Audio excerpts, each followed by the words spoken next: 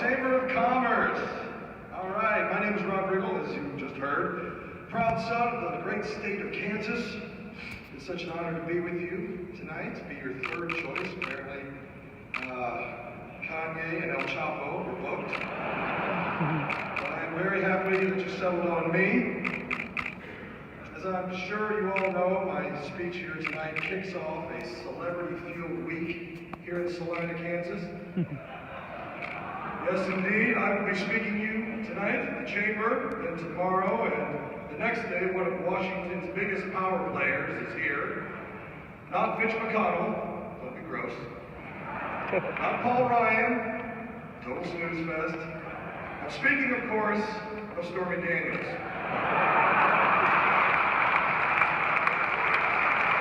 That's on you.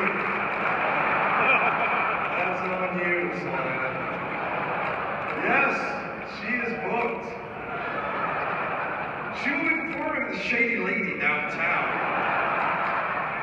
I don't know if she's giving a speech or a book signing or what she's doing. All I know is I'm excited. Who here's been to the Shady Lady?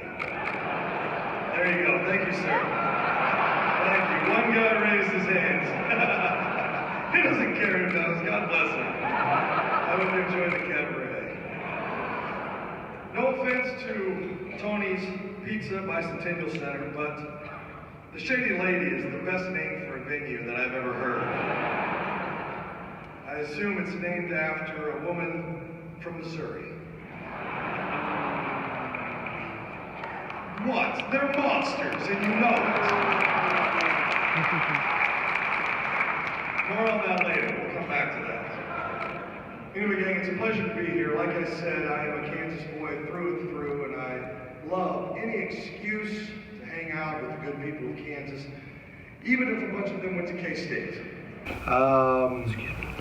Generally, I want to express my gratitude for being invited, my love for the state of Kansas, my appreciation for the city of Salina, and hopefully make it fun for everyone. Also, just to kind of, I was told, you know, I was like, well, what should I talk about? What should I don't know. What am I supposed to talk about? And they said, just talk about yourself, which I thought seemed easy enough. So there'll be some of that as well.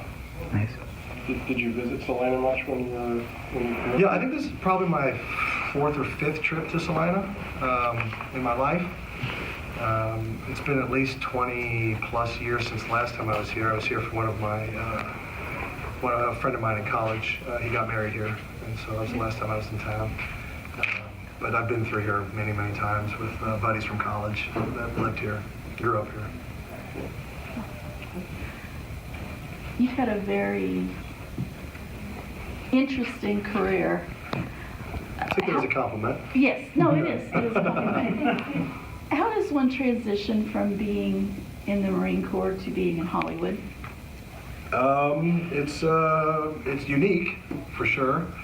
But I was a theater and film major at KU, and I had a passion for comedy.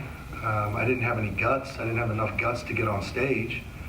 But I just knew I loved it deeply. But I also had my pilot's license when I was an undergrad, and I took a test and I got a guaranteed flight contract with the Marine Corps. So when I graduated, waiter, Top Gun, waiter, Top Gun. So and I always wanted to serve. That was another thing. My grandfather had served, and I had family members who had served, and I'm also kind of a history buff, and I have a deep appreciation for this country, so I wanted to serve. So I figured I'll serve first and then try to make my way into acting and comedy. So I signed up when I was 19 right there in Lawrence, Kansas,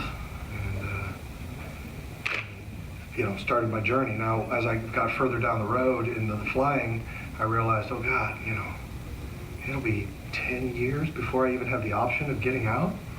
Oh no, I'll probably never get to try acting. And so I had to make a decision. It was my second grown-up decision of my life. First was joining.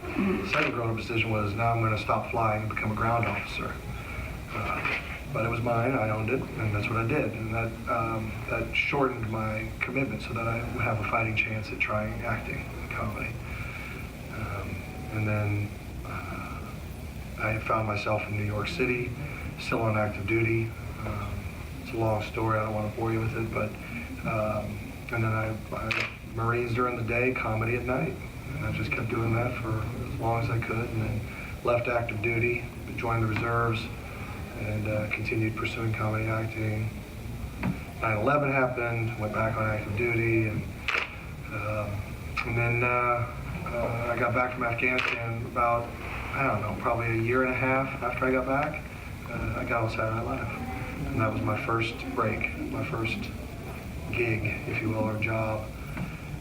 And then I could bore you with details on that, but anyway, that's kind of how it happened. It was something I was always going to try. I think I could handle trying and failing more than not trying. Thank you. Yeah. So, you've been in a lot of movies and in a lot of, different television comedy situations. What is the favorite piece that you've been a part of? Well, that's tough because there's so many things that I have different appreciations for different things. I love playing Gil Thorpe on Modern Family.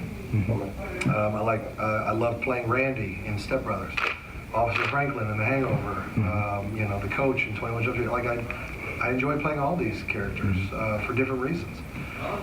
What I'll say though, maybe and this is maybe in your vein of the question, I don't know, but my favorite comedic game to play is Arrogant Ignorance, which is large and in charge, but totally wrong-headed. And I just think I've always enjoyed watching those characters on screen, and I get a kick out of them. And so if there's ever an opportunity to play something like that, I try to do it because I just enjoy it so much. Nice.